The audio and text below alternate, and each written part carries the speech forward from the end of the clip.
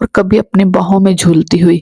مزمل نے سامنے پڑے ٹیبل پر رومال کے اوپر رکھی ہوئی چوڑیوں کے ٹکڑوں سے ایک ٹکڑا اٹھایا اور اس نے دیکھنے لگا، اور ایک دفعہ پھر وہ سارا منظر اسے دل کی آنکھوں سے نظر آ رہا تھا۔ وہ تنگ آ کر اپنے بیڈ روم سے نکل کر ٹیرس پر چلا گیا۔ ٹیرس کے سامنے اس کے گھر کا باغیچہ تھا، جس میں بیرونی دیوار کے ساتھ ساتھ سنبل اور سندری کے اونچے اونچے درخت تھے، جن کے پتوں پر بھی اسے ماہمی کی تصویر نظر آ رہی تھی۔ مزمل نے اپنے دائیں ہاتھ کی طرف دیکھا جس نے ماہم کو تھاما تھا۔ ماہم نے اپنی کلائی پر نظر ڈالی جہاں خراشیں لگی ہوئی تھیں۔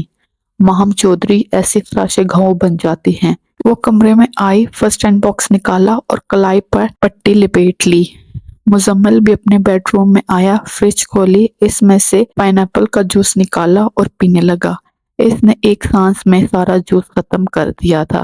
اس کے بعد وہ اپنے بیڈ روم میں ٹیک لگا کر بیٹھ گیا اور سوچنے لگا، یہ میرے ساتھ کیا ہو رہا ہے؟ اس کے دماغ سے آواز آئی، میں بتاتا ہوں، تمہیں اس سے محبت ہو گئی۔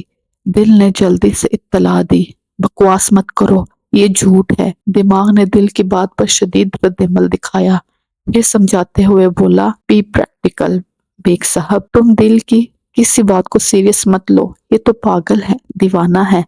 مجھے محبت ہو گئی ہے؟ دل نے سادگی سے اقبال جرم کر لیا، شٹ اپ، محبت ہو گئی ہے۔ محبت ایک ایسا لفظ ہے جس کا سہارا لے کر دنیا میں سب سے زیادہ دھوکہ دیا جاتا ہے۔ کیوں بیگ صاحب، میں نے ٹھیک کہا نا؟ یہ تمہارے ہی الفاظ تھے۔ کیا تمہارا اب بھی محبت پر یقین ہے؟ دماغ نے مضبوط دلائل بیگ صاحب کو پیش کیے۔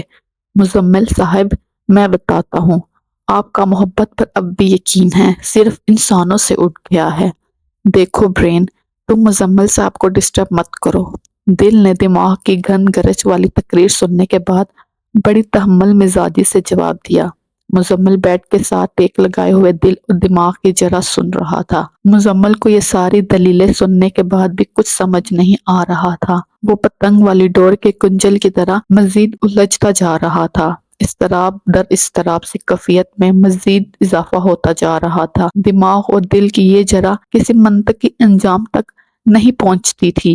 مزمل نے کمرے کی لائٹ بند کی اور سونے کی کوشش کرنے لگا۔ حکیم صاحب، لائٹ جلا دیں۔ حکیم صاحب کی بیگم عروسہ نے حکیم صاحب کو جانی ماز سمٹتے ہوئے دیکھا تو کہہ دیا۔ حکیم صاحب نے لائٹ جلا دی۔ حکیم صاحب کی بیگم عروسہ پچھلے کئی سال سے بیمار ہے۔ اس کے گھٹنوں میں شدید درد رہتا ہے، جس کی وجہ سے وہ چل پھر نہیں سکتی۔ ویل چیئر کی مدد سے ایک سے دوسری جگہ حرکت کرتی ہے۔ عروسہ بیگم، رات آپ نے پھر دوائی نہیں پی؟ حکیم صاحب نے سرزنش کے انداز میں کہا۔ تہجد پڑھ لی آپ نے؟ عروسہ نے اپنی پوچھ لی۔ ہاں پڑھ لی۔ دوائی دوں؟ حکیم صاحب نے پوچھا۔ خالی پیٹ دوائی پیوں؟ عروسہ نے بیزاری سے کہا۔ یہ خالی پیٹ ہی پینی تھی۔ حکیم صاحب نے دیسی دوائی کی شیشی پکڑی اور ایک چمچ عروسہ کو پلا دیا۔ آہ، بہت کڑوی ہے۔ عروسہ نے بچوں کی طرح منہ بناتے ہوئے ناپسندیدگی کا اظہار کیا۔ عروسہ بیگم، سچائی اور دوائی بھلے ہی کڑوی ہو، فائدہ ضرور پہنچتا ہے۔ حکیم صاحب، آپ کی باتیں بھی حکیموں والی ہیں، پہلے تو آپ کچھ اور کہتی تھی۔ حکیم صاحب نے عروسہ سے نظریں چار کرتے ہوئے الفت سے کہا۔ آپ بھی نہ سنا ہے مزمل بیگ بھی بارات کے ساتھ آیا تھا؟ آپ کو جانتا ہے وہ؟ اس کی باتوں سے تو نہیں لگا کہ وہ مجھے جانتا ہے۔ حکیم صاحب نے سوچتے ہوئے بتایا۔ ملاقات ہوئی تھی کیا؟ عروسہ نے تجسس سے پوچھا۔ بارات کے چند افراد میں سے ایک وہ تھا، شادی کے گواہوں میں بھی اس کا نام شامل ہے۔ مسجد میں بھی نماز پڑھ کر گیا۔ اسے پتہ لگے گا تو کیا سوچے گا؟ عروسہ نے فکر مندی سے کہا۔ جو اشال سمجھتی ہے وہ لڑکی ہو کر خود کو سنبھال سکتی ہے، یہ تو پھر لڑکا ہے۔ اشال کی بات کچھ اور ہے۔ آپ بھی کمال کرتی ہیں عروسہ بیگم، مجھ سے پوچھے تو اشال کا غم بہت بڑا ہے، مزمل بیگ سے کہیں زیادہ۔ اور آپ کا غم؟ عروسہ نے جانچتی نظروں سے دیکھتے ہوئے پوچھا۔ حکیم صاحب نے ایک لمحے کے لیے عروسہ سے آنکھیں ملائیں، پھر چارپائی سے اٹھتے ہوئے بولا، فجر کی اذان کا وقت ہو گیا ہے، میں مسجد جا رہا ہوں۔ مومنہ، اب اٹھ بھی جاؤ، اذان تو کب کی ہو چکی۔ ایک تم ہو اور ایک ماہم ہے، اسے کبھی اٹھانا نہیں پڑا اور تم کبھی اٹھتی نہیں۔ مریم بی بی نے قرآن پاک سے نظریں ہٹاتے ہوئے پھر قرآن پڑھنے میں مصروف ہو گئی۔ السلام علیکم امی جی، ماہم نے کمرے میں داخل ہوتے ہی کہہ دیا۔ مریم بی بی اس کی طرف دیکھا اور منہ میں جواب دیا، مومنہ ابھی تک سوئی ہوئی ہے؟ اٹھو مومنہ۔ ماہم نے پیار سے مومنہ کا کمبل ہٹایا اور اس کی پیشانی چومی۔ امی، میں اسی لیے نہیں اٹھتی، اب آؤ اور میری پیشانی چومو۔ مومنہ نے آنکھیں کھولتے ہوئے کہا، چلو جلدی سے نماز ادا کرو۔ ماہم نے قرآن پاک الماری سے اٹھایا اور تلاوت کرنے لگی۔ چودھری شمشاد احمد اور ہیڈ ماسٹر محمد احمد دو ہی بھائی تھے۔ وہ دونوں ان کا ڈرائیور چند سال پہلے منڈی بہاولدین ایک کام سے گئے تھے۔ واپسی پر کار ایکسیڈنٹ ہو گیا۔ ڈرائیور اور ماسٹر صاحب موقع پر ہی جان کی بازی ہار گئے۔ چودھری شمشاد پچھلی سیٹ پر تھا۔ اس حادثے میں اس کی دونوں ٹانگیں ضائع ہو گئیں۔ ہیڈ ماسٹر محمد احمد کی دو بیٹیاں ہیں، بڑی ماہم چودھری اور چھوٹی مومنہ چودھری۔ ماہم نے ایم ایڈ کرنے کے بعد لڑکیوں کے لیے ہائی اسکول بنانے کا ارادہ ظاہر کیا۔ ماسٹر صاحب نے خوشی خوشی اپنی بیٹی کی بات مان لی۔ چودھری شمشاد اور ہیڈ ماسٹر محمد کی مشترکہ زمین 20 مربع تھی، جن کی دیکھ بھال چودھری شمشاد کے ذمے تھی۔ ماسٹر صاحب نے کبھی اپنے بڑے بھائی کے معاملات میں دخل نہیں دیا تھا۔ وہ کچھ زمینوں کی آمدن سے دیتا، ماسٹر صاحب خاموشی سے رکھ لیتے۔ دونوں بھائیوں کی حویلیاں معراج کے گاؤں میں ہی تھیں۔ ماہم کی خواہش تھی کہ معراج کے گاؤں سے 4 کلومیٹر دور مین جی ٹی روڈ ہے، وہاں پر ایک اسکول بنایا جائے اور اس کی پچھلی طرف اپنا گھر۔ جی ٹی روڈ کے ساتھ ساتھ کافی سارا رقبہ ماسٹر محمود کا ہی تھا، اس لیے اس ارادے کو عملی جامہ پہنانے کے لیے کوئی خاص مشکل پیش نہیں آئی۔ اسکول اور گھر ماہم کی منشا اور مرضی کے عین مطابق تعمیر ہو گئے۔ ماہم کے اسکول کو شروع ہوئے 2 سال ہی گزرے تھے کہ ماسٹر محمود کا ایکسیڈنٹ میں جاں بحق ہو گئے۔ ماسٹر محمود کی دونوں بیٹیاں اپنے باپ کی طرح پڑھنے میں لائق تھیں۔ اس کے برعکس چودھری شمشاد کے دونوں بچے پڑھنے میں انتہائی نالائق ثابت ہوئے۔ چودھری شمون نے 7ویں کلاس ہی میں اسکول چھوڑ دیا تھا۔ شمائل 4 بار میٹرک کا امتحان دینے کے باوجود ناکام ہی رہی۔ اس کے مقابلے میں اس کی سہیلی ستارہ بی اے کرنے کے بعد ماہم کے اسکول میں ٹیچر کی نوکری کر رہی تھی۔ بیگم صاحبہ، اب آپ بھی مزمل صاحب کا کہیں رشتہ کر دیں۔ بلقیس نے دودھ کا گلاس ممتاز بیگم کو پیش کرتے ہوئے ساتھ ہی ساتھ تجویز بھی پیش کر دی۔ اس کے سامنے مت کہہ دینا، تیرا بھی لحاظ نہیں کرے گا۔ ممتاز بیگم نے دودھ کا گھونٹ لیتے ہوئے بلقیس کو خبردار کیا، بیگم صاحبہ ایک بات کی سمجھ نہیں آتی، مزمل صاحب کو شادی سے اتنی نفرت کیوں ہے؟ بلقیس، تو بھی کملی ہے، تجھے ساری بات کا پتہ تو ہے، پھر بھی یہ سوال پوچھ رہی ہے۔ ممتاز بیگم نے دکھی ہو کر کہا، بیگم صاحبہ، مزمل صاحب وہ سب بھول کیوں نہیں جاتے؟ کیسے بھول جائے بلقیس، کیسے بھول جائے؟ ممتاز بیگم نے دودھ کا گلاس سائڈ ٹیبل پر رکھا اور بیڈ کی ٹیک سے سر لگا کر ٹھنڈی سانس لی، جیسے اپنی شال بھول گئی ہے۔ اس کی حکیم صاحب نے منگنی بھی کر دی ہے، لڑکا ولایت میں ہوتا ہے، سنا ہے 5-6 مہینے بعد نکاح ہے، نکاح کے بعد وہ اشال کے کاغذ ساتھ لے جائے گا، جیسے ہی اشال کے ویزے کا بندوبست ہوگا وہ بھی ولایت چلی جائے گی۔ بلقیس نے ساری تفصیل بتائی۔ مزمل اس سے ملا تھا؟ ممتاز بیگم نے پوچھا۔ باذلہ کو جی صحیح پتا ہے، میں تو عورتوں ہی کی طرف رہی تھی۔ ہاں یاد آیا، نکاح تو اپنے حکیم صاحب نے ہی پڑھوایا تھا۔ حکیم صاحب سے تو ملا ہے، عاقل اور اشال کے بارے میں جانتا ہے؟ پتہ نہیں جی، بلقیس نے لا علمی ظاہر کی۔ بارات کے ساتھ بھیجا تو اسی لیے تھا کہ اس کے متعلق جان جائے، آپ خود کیوں نہیں بتا دیتی؟ میں اس بارے میں بات کروں تو اٹھ کر چلا جاتا ہے، پھر کئی دن میرے ساتھ بھی موڈ بنائے رکھتا ہے، ممتاز بیگم نے افسردگی کے ساتھ کہا۔ کمرے کا دروازہ کھلا اور مزمل دروازے سے باہر ممتاز بیگم کے سامنے کھڑا تھا۔ ممتاز بیگم نے دیکھا تو مزید بات نہیں کی۔ مزمل اندر آتے ہوئے بولا، کون موڈ بنا کر رکھتا ہے؟ کوئی نہیں، اپنی بلقیس باسط کی بات کر رہی تھی۔ ممتاز بیگم نے بات گول کر دی۔ مزمل نے بلقیس کی طرف دیکھتے ہوئے کہا، آپ جائیں، گھر میں بہو آئی ہے، اسے ناشتہ وغیرہ کروائیں۔ باذلہ نے جی سے انہیں ناشتہ کروا دیا ہے، بیگم صاحبہ کا خیال رکھنے کے لیے کسی نے تو ہونا چاہیے تھا نا۔ میں جاتی ہوں اور بازلہ کو بھیجتی ہوں کہ وہ آپ کا ناشتہ بھی تیار کر دے۔ بلقیس جلدی سے چلی گئی۔ میں رات کو 2 دفعہ آیا تھا، آپ سو رہی تھی، مزمل نے اپنی دادی کا ہاتھ اپنے دونوں ہاتھوں میں لیتے ہوئے بتایا۔ آج جلدی اٹھ گئے؟ دادی نے پوچھا۔ ہاں، میں نے اسلام آباد کے لیے نکلنا ہے۔ باسط کے ولیمے میں شرکت نہیں کرو گے؟ دادی نے سوال کیا۔ دادو، آپ کے کہنے پر بارات کے ساتھ چلا گیا تھا، یہ کافی نہیں؟ میرا خیال ہے زندگی میں پہلی بار تم نے کسی شادی میں شرکت کی ہے، آخری بار بھی۔ میں چلتا ہوں، مجھے دیر ہو رہی ہے۔ مزمل جلدی سے دادی کے بیڈ روم سے نکل آیا اور اسے اندازہ تھا کہ اب دادی بات سے بات نکال کر گھوم پھر کر اس کی شادی کی بات کرے گی۔ آپ بھی کل شادی میں مزہ آیا نا؟ مومنہ نے پراٹھے کا نوالا منہ میں ڈالتے ہوئے ماہم سے پوچھا۔ ماہم نے اپنی کلائی کی خراشیں دیکھتے ہوئے جواب دیا۔ سفید پٹی اس نے فجر کی نماز کا وضو کرتے ہوئے اتار دی تھی۔ یہ تمہاری کلائی پر کیا ہوا ہے؟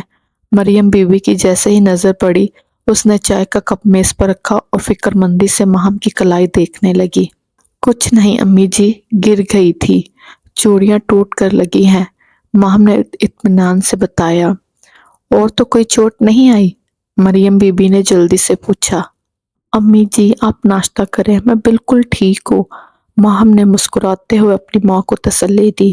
امی جی آپ کی شادی شمون سے مت کرے، وہ اچھا لڑکا نہیں ہے، مومنہ نے چائے کا گھونٹ لیتے ہوئے کہا۔ مریم بی بی اور ماہم نے ایک دوسرے کی طرف دیکھا۔ مریم بی بی تو خاموش رہی، مگر ماہم بول پڑی۔ مومنہ دیکھو تم کتنی بار سمجھایا ہے، ابو جی نے یہ نسبت طے کی تھی اور مجھے کسی قیمت پر اس کی زبان کے پاس رکھنا ہے۔ دوسری بات شمون تم سے بڑا ہے، اسے بھائی کہا کرو، ماہم نے شفقت سے مومنہ کو سمجھایا۔ بھائی ناشتہ تیار ہے، نیچے آ جائیں جلدی سے۔ فاضلہ آئی، اطلاع دی اور چلی بھی گئی۔ مزمل آئینے کے سامنے کھڑا ہوا ٹائی باندھ رہا تھا۔ اس نے اپنا بریف کیس اٹھایا اور ڈائننگ ہال کی طرف چل دیا۔ ممتاز بیگم ناشتے کی میز پر اس کا انتظار کر رہی تھی۔ دادو، مزمل نے جھکتے ہوئے اپنی دادی کے گال سے بوسہ لیا اور اپنی کرسی پر بیٹھ گیا۔ دادو شروع کرے نا؟ مزمل نے ناشتہ شروع کرنے سے پہلے اپنی دادی کو دعوت دی، پھر ناشتے میں مصروف ہو گیا۔ دادی غور سے اسے دیکھ رہی تھی۔ سفر پر جا رہے ہو، غصہ بھی نہیں کرو گے اور اپنا موڈ بھی ٹھیک رکھو گے؟ مزمل نے ناشتے سے توجہ اپنی دادی کی طرف مبذول کر لی۔ شادی کر لو، دادی نے روندی ہوئی آواز کے ساتھ کہا اور کافی دیر مزمل کو چشمِ الفت سے دیکھا۔ مزمل خاموش رہا۔ اس نے اپنا ناشتہ مکمل کیا، دادی کا بوسہ لیا اور پورچ کی طرف چلا گیا۔ وہاں اس نے اپنی گاڑی پر نظر ڈالی، سفید مرسیڈیز اب بھی بناؤ سنگار کے ساتھ ہی کھڑی تھی۔ اس کی چابی اس کے ہاتھ میں تھی، وہ کچن کی طرف چل دیا۔ بازلہ، کیا حنیف گاڑی کی چابی دے گیا ہے؟ مزمل نے کچن میں برتن دھوتے ہوئے بازلہ سے پوچھا۔ جی بھائی، میں ابھی لے کر آئی۔ بازلہ جلدی سے گاڑی کی چابی لے کر آ گئی۔ یہ لے بھائی، بازلہ نے گاڑی کی چابی دیتے ہوئے کہا۔ بازلہ، حنیف آئے تو اسے گاڑی صاف کروا لینا، مزمل نے مرسیڈیز کی چابی بازلہ کو دیتے ہوئے کہا۔ حنیف آپ کے ساتھ نہیں جا رہا؟ بازلہ فکر مندی سے بولی۔ نہیں، مزمل نے مختصر جواب دیا اور پورچ کی طرف چل پڑا۔ بازلہ بھی اس کے پیچھے پیچھے چل پڑی۔ بازلہ چلتے چلتے بولی، بھائی اتنا لمبا سفر آپ خود ڈرائیو کریں گے؟ کل بھی تو کی تھی۔ کل تو ہم گجرانوالہ سے تھوڑا سا آگے ہی گئے تھے، اب تو آپ اسلام آباد جا رہے ہیں۔ حنیف تو تم لوگوں کے ساتھ ہوگا، وہ تو ٹھیک ہے، لیب فیکٹری سے کوئی دوسرا ڈرائیور اپنے ساتھ لے جائے۔ بازلہ فکر مت کرو، مجھے گاڑی چلانا آتی ہے، مزمل نے چہرے پر تبسم لاتے ہوئے بتایا۔ پھر وہ گاڑی لے کر اسلام آباد کے لیے نکل گیا۔ امی جی، کل جو دلہن کی کار ڈرائیو کر رہا تھا، اشال آپ ہی بتا رہی تھی کہ وہ ہمارا رشتہ دار ہے، لندن سے MBA کیا ہے اس نے، مومنہ نے چہکتے ہوئے کہا۔ یہ بھی اشال نہیں بتایا ہوگا، ماہم نے ترش لہجے سے پوچھا، جو کپڑے پریس کر رہی تھی۔ ڈیشنگ، سمارٹ، ڈیسنٹ، شادی تو ایسے بندے سے کرنی چاہیے، مومنہ آنکھوں میں سپنے سجائے بولی۔ یہ کس نے کہا تھا؟ مریم بی بی نے مسکراتے ہوئے پوچھا۔ وہ کپڑوں کو الماری میں ہینگ کر رہی تھی۔ ماہم نے اپنی ماں کی طرف ناراضگی سے دیکھا۔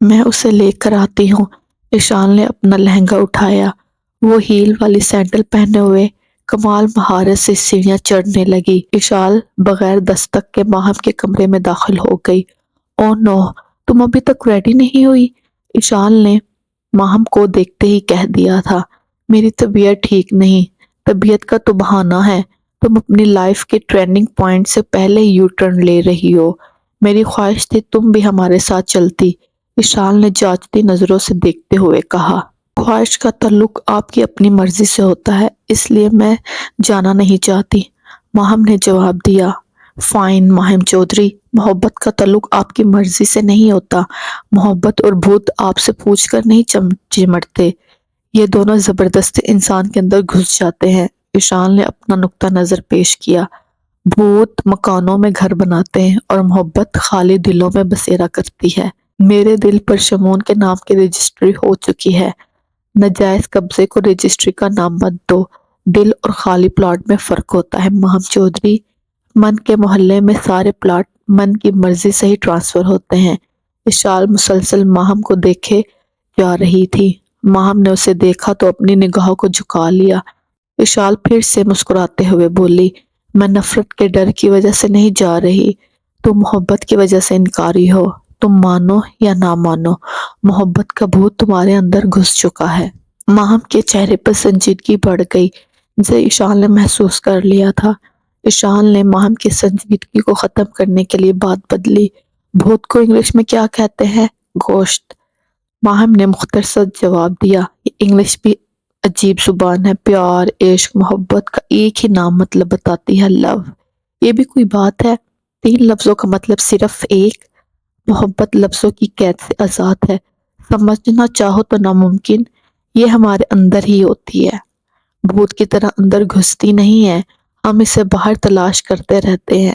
تمہارے جیسے جنس مخالف کے درمیان کسک اور ہوس کو ہی محبت سمجھتے ہیں۔ اشال، تم مجھے ایک بات کا جواب دو، حکیم چچا اور روسا چچی سے زیادہ تمہیں کون محبت کر سکتا ہے؟ حارث بھائی بھی تم سے محبت کرتے ہیں، ان کی محبت تمہارے والدین سے زیادہ ہو ہی نہیں سکتی۔ حیرت ہوتی ہے مجھے ان لڑکیوں پر جو اپنے والدین کا گھر چھوڑ کر کسی کے ساتھ بھاگ جاتی ہیں، ماہم نے سنجیدگی سے جواب دیا۔ نائس، ویری نائس، محبت پر سپیچ دو تو فرسٹ پرائز تمہیں ہی ملے گا۔ تم صرف اتنا بتاؤ، تم ہمارے ساتھ چل رہی ہو کہ نہیں؟ اشال نے پوچھا۔ نہیں، ماہم نے خشک لہجے میں جواب دیا۔ Okay bye. اشال زور سے کمرے کا دروازہ بند کرتے ہوئے غصے سے چلی گئی۔ 300 کے قریب مرد مہاراشٹر کے گاؤں سے ماڈل ٹاؤن لاہور جانے کے لیے تیار ہوئے تھے۔ ان میں سے کافی ساروں نے بلقیس سے اپنے مالکوں کی تعریفیں سن رکھی تھی۔ مزمل نے بلقیس کو کہا تھا وہ جتنے لوگ لا سکتے ہیں لے آئیں۔ بلقیس نے اپنی طرف سے بھی بہت سارے مہمانوں کو مدعو کیا تھا۔ سارے مہمان بخیر و عافیت شادی ہال پہنچ گئے تھے۔ ولیمے کی دعوت کے دوران شمائل کی مشتاق آنکھیں مزمل کے دیدار کے لیے بے قرار تھیں۔ وہ ستارہ کے طعنے سن سن کر تنگ آ گئی تھی۔ کھانا کھانے کے دوران ہی آخرکار اس نے تنگ آ کر بازلہ سے پوچھ ہی لیا، مزمل نظر نہیں آ رہا؟ بازلہ اس کی بے تکلف سے پوچھے ہوئے انداز پر مسکرا دی۔ چند لمحے اس نے شمائل کو غور سے دیکھا، پھر بولی، تم مزمل بھائی کا پوچھ رہی ہو؟ شمائل نے اپنی پلکوں کو ہاں میں ہلایا۔ مزمل بھائی اسلام آباد گئے ہیں، بازلہ نے جواب دیا اور اپنی ہنسی چھپاتے ہوئے آگے بڑھ گئی۔ تم تو کہتی تھی وہ تمہارے آگے پیچھے گھومے گا، ستارہ نے فرنی کھاتے ہوئے ہی کہہ دیا۔ شمائل نے کھا جانے والی نظروں ستارہ کو گھوری ڈالی، جو میٹھا کھاتے ہوئے بھی کڑوی باتیں کر رہی تھی۔ اشال خود جا کے ممتاز بیگم سے ملی اور اپنا تعارف کروایا۔ السلام علیکم، میرا نام اشال ہے۔ اشال ممتاز بیگم کے پاس دوسرے صوفے پر بیٹھ گئی۔ وعلیکم السلام، میں نے پہچانا نہیں بیٹی، تم کون ہو؟ ممتاز بیگم نے متجسم ہو کر پوچھا۔ نیلم اور نعمان کی بیٹی اشال، اشال نے نورانی مسکراہٹ کے ساتھ آگاہ کیا۔ ممتاز بیگم نے اشال کے وجیہ رخ روشن کو فصاحت سے دیکھا اور کافی دیر دیکھتی رہی۔ ماشاءاللہ ماشاءاللہ، ادھر آؤ میرے پاس۔ اشال پاس آئی تو ممتاز بیگم نے اس کی پیشانی چوم لی۔ اشال کا سارا خوف ہوا ہو گیا، اسے ممتاز بیگم سے محبت کی سوندھی سوندھی خوشبو آئی۔ وہ سوچ رہی تھی محبت کا ایک ہی بوسہ اللہ تعلق کی گہری کھائی پر پل بنا دیتا ہے۔ میں تو سمجھی تھی آپ مجھ پر خفا ہوں گی، ارشال نے میٹھی آواز سے کہا۔ تم نے خود ہی سمجھ لیا، ممتاز بیگم نے گردن ہوا کا جائزہ لیتے ہوئے کہا۔ سب لوگ کھانا کھانے میں مصروف تھے، وہ چاہتی تھی اس کی اور ارشال کی باتیں کوئی نہ سنے۔ تم نے کھانا کیوں نہیں کھایا؟ ممتاز بیگم نے اپنے سامنے پڑے کھانے کی طرف دیکھ کر پوچھا۔ آپ نے بھی تو نہیں کھایا؟ ارشال نے بھی سامنے پڑے کھانے کی طرف دیکھتے ہوئے جواب دیا۔ میری عمر میں دوائیاں زیادہ کھانی پڑتی ہیں اور کھانا کم۔ تم کھاؤ، شاباش، بعد میں کہیں تنہائی میں بیٹھ کے باتیں کرتے ہیں۔ ممتاز بیگم نے ارشال سے ایسے کہا جیسے ہم عمر بچپن کی سہیلی ہو۔ ممتاز بیگم اور ارشال ایک دم قربت کو باذلہ اور مومنہ سمجھنے سے قاصر تھی، صرف ان دونوں کی توجہ اس طرف تھی۔ باذلہ اپنی ماں کی غیر موجودگی میں بیگم صاحب کا خیال رکھ رہی تھی اور مومنہ کو ارشال کی سنگت ہی میسر تھی۔ مومنہ کی میراث کے گاؤں کی دوسری لڑکیوں اور اپنی تایا زاد شمائل سے کوئی خاص الیک سلیک نہیں تھی۔ کھانے سے فارغ ہونے کے بعد لڑکیوں کا فوٹو سیشن ایک بار پھر شروع ہو گیا۔ ادھیڑ عمر عورتیں خوش گپیوں میں مصروف تھیں۔ مرد حضرات ماڈل ٹاؤن پارک کی سیر کو نکل گئے۔ سیر کا تو بہانہ تھا، اصل میں معراج کے والد سوا سیر کھائے ہوئے شیر خورما کو ہضم کرنا چاہتے تھے۔ بڑی بوڑھی عورتوں نے بینش کے مکھڑے پر بکھری ہوئی مسرت سے خود ہی اندازہ لگایا تھا کہ لڑکی بہت خوش ہے۔ دلہن کی چند قریبی سہیلیاں جن میں شمائل اور ستارہ بھی شامل تھیں ان کے ساتھ خوش گپیوں میں مصروف تھیں۔ دولہا باسط گاؤں کے نوجوانوں کے ساتھ اشاروں میں بات چیت کر رہا تھا۔ کچھ ادھیڑ عمر مرد باسط کو دور سے ہی دیکھ کر خوش ہو رہے تھے، آخر وہ ان کے ہی گاؤں کا سپوت تھا۔ ایک طرف چند خوش خوراک حضرات کھانے کی تعریف میں قصیدے پڑھ رہے تھے۔ ممتاز بیگم نے ویٹر سے کہہ کر شادی ہال کے مینیجر کو بلا کر الگ سے بیٹھنے کا بندوبست کروا لیا تھا۔ شادی ہال کا مینیجر ممتاز بیگم کی حیثیت سے اچھی طرح واقف تھا، اس لیے اس نے اپنا کمرہ انہیں بیٹھنے کے لیے پیش کر دیا۔ تمہارا باپ نعمان فون پر تم سے بات کرتا ہے؟ ممتاز بیگم نے سنجیدگی سے ارشاد سے پوچھا۔ جی نہیں، ارشال نے افسردگی سے بتایا۔ اور ماں نیلم؟ وہ کرنا چاہتی ہے مگر، ارشال نے رک رک کر کہا۔ کیا عاقل اور رسا نے منع کیا ہے؟ ممتاز بیگم نے تشویش سے پوچھا۔ نہیں نہیں، ابا اماں نے تو کبھی منع نہیں کیا، میں خود ہی بات نہیں کرتی۔ ان دونوں کی کبھی یاد آئی؟ ممتاز بیگم نے بغیر توقف کے ساتھ پوچھا۔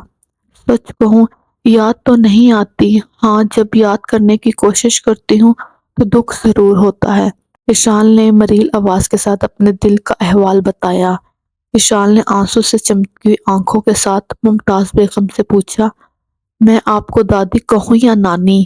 سہیلی، ممتاز بیگم نے ارشال کی چمکتی آنکھوں میں دیکھتے ہوئے جواب دیا اور ساتھ ہی اسے اپنے گلے بھی لگا لیا۔ گلے لگنے کی دیر تھی، ارشال کے آنسو جھلک پڑے۔ ارشال کی آنکھوں میں سالوں سے قید آنسو کو آخر رہائی مل ہی گئی تھی۔ ممتاز بیگم نے ارشال کو خود سے الگ کیا اور بات بدلی۔ سنا ہے تمہاری منگنی ہو گئی ہے؟ ہاں جی، ارشال نے ٹشو کی مدد سے آنکھوں کے نیچے بکھرے کاجل صاف کیا۔ تمہیں منگنی کروانے کی اتنی جلدی کیا تھی؟ ممتاز بیگم نے ایسے کہا جیسے وہ ارشال کی بچپن کی سہیلی ہو۔ کیا مطلب؟ میں سمجھی نہیں، ارشال نے مسکراتے ہوئے پوچھا۔ میرے پوتے مزمل بیگ کو دیکھا ہے؟ جی ہاں، بہت حسین ہے مزمل صاحب، تمہارے منگیتر سے بھی زیادہ۔ ممتاز بیگم نے پرکھتی نگاہ ڈالی۔ دادی کی طرح دیکھو تو ہاں، اگر ارشال کی نظر سے دیکھو تو نہیں۔ ارشال کی نگاہوں کو حارث کے علاوہ کوئی جچتا ہی نہیں۔ خوشی ہوئی یہ جان کر تم اپنے ماں باپ جیسی نہیں ہو۔ ممتاز بیگم نے ارشال کے گال پر شفقت سے ہاتھ رکھا۔ مزمل بھی اپنے ماں باپ جیسا نہیں ہے۔ ٹھیک کہہ رہی ہوں نا؟ بلقیس نے ٹھیک کہا تھا تمہارے بارے میں کہ تم نے خود کو سنبھال لیا ہے، مگر لیکن مزمل ابھی تک بکھرا ہوا ہے، کاش اسے بھی کوئی تمہاری جیسی مل جائے۔ سمجھو مل گئی سہیلی۔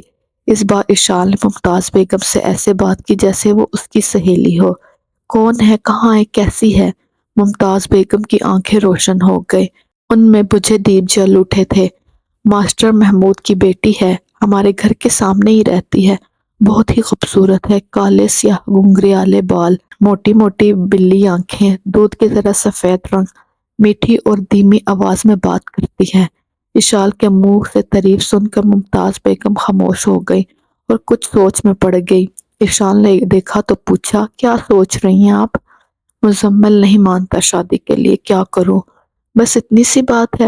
اتنی سی بات نہیں ہے اشال، ممتاز بیگم نے پریشانی سے کہا۔ اشال مسکرائی اور برات والے دن کا آنکھوں دیکھا حال ممتاز بیگم کو سنا دیا۔ ممتاز بیگم کا چہرہ حشاش بشاش ہو گیا۔ اس کے بعد اشال نے ماہم کی بچپن کی منگنی کی رداد بھی سنائی تو ممتاز بیگم کے چہرے پر پھر سے اداسی آ بیٹھی۔ سہیلی پریشان نہ ہو، ماہم اپنے منگیتر کو بالکل پسند نہیں کرتی، وہ تو اپنے محروم باپ کی زبان کا پاس رکھے ہوئے ہے۔ وہ کہتی ہے میں شادی سے کبھی انکار نہیں کروں گی اور نہ ہی انٹی مریم کو کرنے دوں گی۔ اشال نے اپنی طرف سے تفسیر دینے کی پوری کوشش کی، لیکن ممتاز بیگم اداس ہی تھی۔ اشال بیٹی، زمانہ برا نہیں ہوتا، لوگ اچھے برے ہوتے ہیں۔ میں غلط تھی، میں 25 سال سے زمانے کو ہی برا کہہ رہی تھی۔ 25 سال بعد بھی زمانہ تو ٹھیک کی ہے۔ اب ماہم کو ہی دیکھ لو، اپنے مرحوم باپ کی زبان کا کتنا پاس ہے اسے۔